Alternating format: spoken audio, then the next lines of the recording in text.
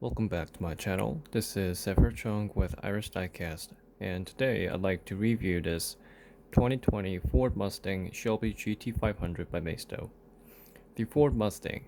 It's probably the car that first comes to one's mind when we think about Ford or even American cars as a whole.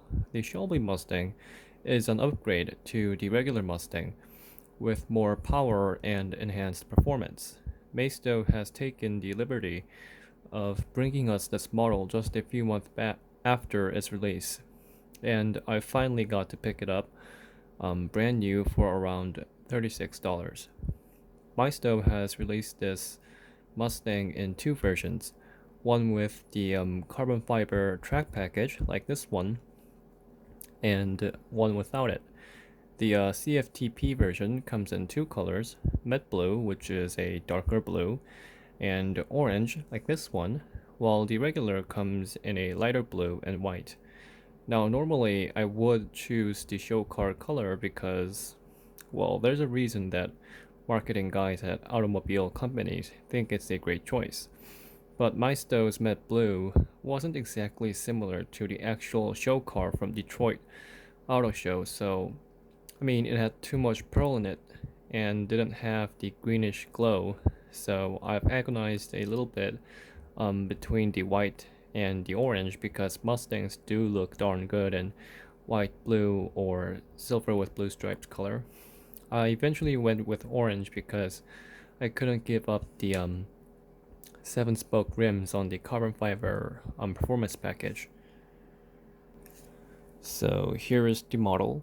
While the 6th generation Mustang underwent a facelift in 2018, the Shelby Mustang is still based on the earlier 2015 design, and I'm pretty glad they did that because the new design just doesn't catch my eye. While this design was pretty controversial when it was first launched, I'm starting to like it. It kind of looks like the Genesis G90, the earlier version. It's Some Mustang enthusiasts didn't like it because it looked too European. Like the Ford Fusion. It's a nice design and all, but putting a Ford family design that's following European trends on a car that's supposed to be most American. Well, I understand why some enthusiasts were upset, but really, it's going to be pretty difficult to hate the design of the Shelby GT500. It's very nice looking car. It looks aggressive, and while it's not clean and simple like traditional muscle cars or the base Mustang for that matter, it does give the impression that this is one hell of a performance car. So Maisto actually did a pretty good job on the model. As for the headlamps, no pegs, it looks really nice from a distance. Of course, up close you can see some limitations like how the blinkers are just painted on, and the how the white LED lines, they are not finished well, but it's really nice, and like most of the latest Maisto models.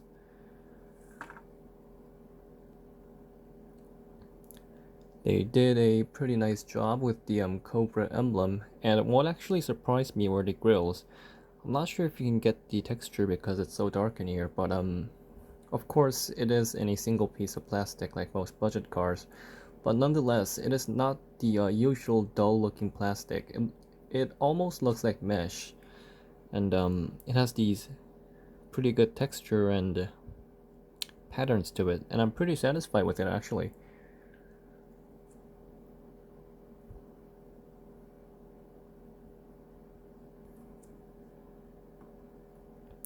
The plastic used on the fog lamps are a little bit shoddy. It definitely gives away that this is a budget model, but nonetheless, they did do the fog lamps right here in a separate piece of plastic, which is pretty nice. The black dot on the hood is a little bit blurred if you take a look at it closely.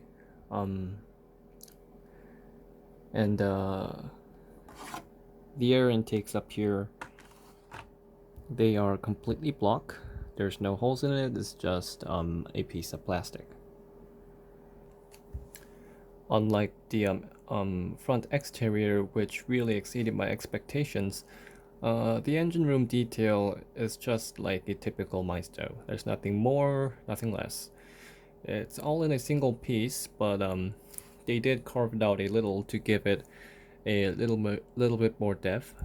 They hastily painted the engine cover and some parts in silver, but it's not really enough to be called detailed.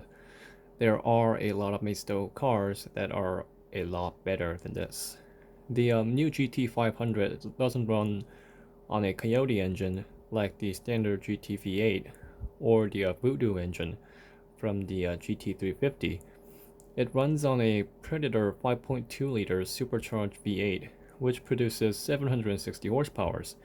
That's even more than the Hellcat or the Camaro ZL1, and it has around 100 more horsepower than the new Ford GT, making this the most powerful Ford ever built.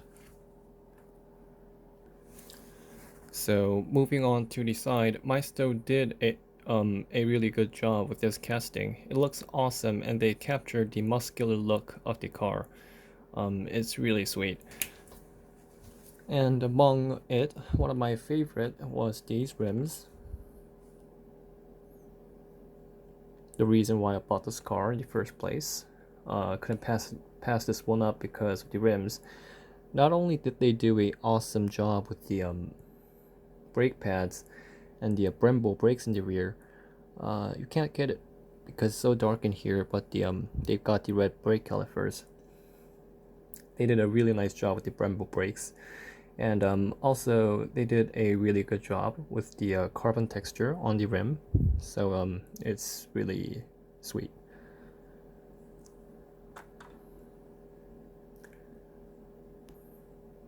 The Shelby logo is just printed onto the car as expected, but it's pretty well detailed and clean, so I'm willing to go along with it. Although it would have really looked nice if they have used a separate part for it. And the plastic material they used on the side mirrors are not very good. It looks kind of rubber, it looks pretty cheap, and it looks pretty bad up close. The door handles are part of the body. They didn't use a separate part for it, so it looks pretty bad, especially up here, because it's painted where there's supposed to be a hole in it.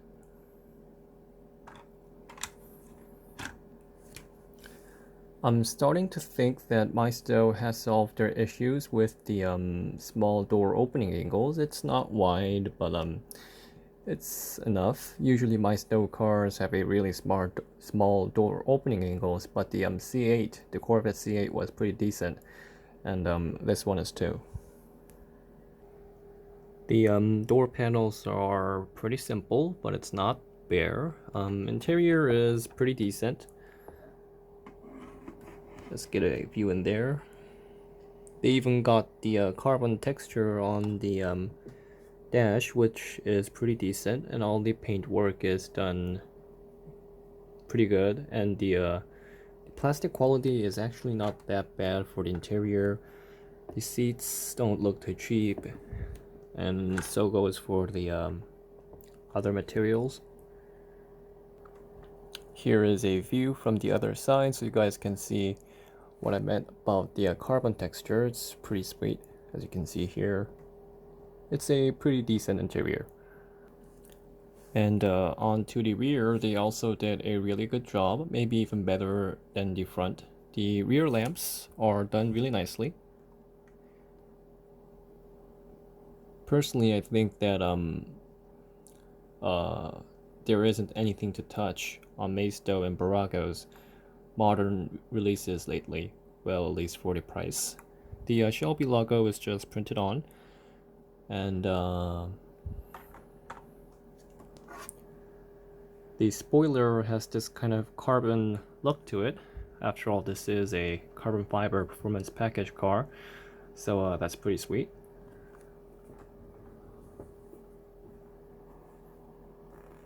I really love the reflectors on the car. Not only did they use a separate part for it, I've never really seen this level of detail on cheaper cars on such a minor part, so it's pretty sweet. They also did the exhausts pretty nicely. Come and think of it, there is no cheap Maisto chrome on this car, so that's a yay. They did it in this gray finish. It's pretty neat. It's also semi-open, so it's halfway open and it's blocked from the middle. So from a distance, it looks like it's completely open, which is pretty sweet. Here is the undercarriage. Like most Maisto cars, it is moderately detailed. It has the car name in it and the brand down there. Of course, being a Maisto model, this one does offer a working weight suspension for the car. So in general, of course, being a budget model, there are many drawbacks if you dive in deeper, like the lack of engine room detail or poor plastic quality, big opening parts gap, etc. But from a distance, this car actually looks really nice. I think the fact that this car doesn't have any really noticeable drawbacks, like in the headlamps or the grills, contributed greatly to that. It's far from perfect, but Maistos, they're cheap and easy to find, so I would definitely recommend getting one. For me, I don't have the regular GT 6th generation Mustang, so I'm still looking for the white exclusive version, but I'm close to giving up. So anyway, this car was a really satisfactory purchase for me. I loved it. So anyway, thank you guys so much for watching, and if you've enjoyed the video, please consider clicking like and subscribing to the channel, and I'll see you guys soon in a future video. Thank you.